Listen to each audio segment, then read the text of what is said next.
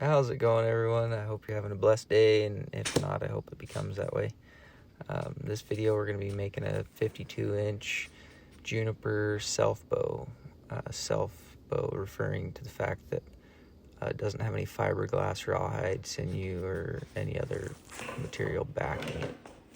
These juniper trees are really found all over the United States, and they're thick in the breaks and badlands country, or the desert, the foothills of the mountains. There's different species of these trees grown in hardwood forests throughout the Midwest, and even back east you've got your eastern red cedar. That's a great bowwood. Most people say that you should back these bows, but if you build them right, they don't necessarily need it.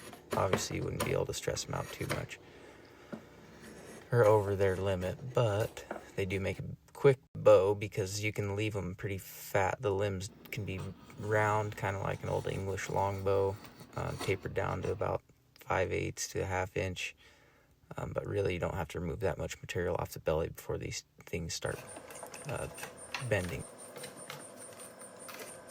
Here I'm just going to get the profile of this sucker whittled down. Again, I'm going to taper it from the middle of the handle section down to about 5/8 of an inch at the tips.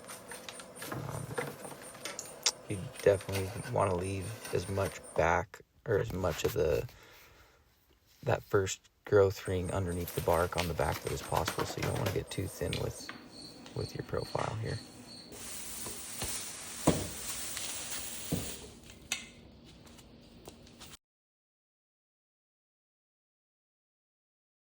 The tillering process really doesn't take much with how soft this wood is to get them sanded down to where they're bending pretty uniform down each limb and with each other. I went ahead and added a elk antler arrow shelf to this bow, and we're gonna see if it shoots here. It ended up being about 46 pounds at my draw length, 24 inches ish.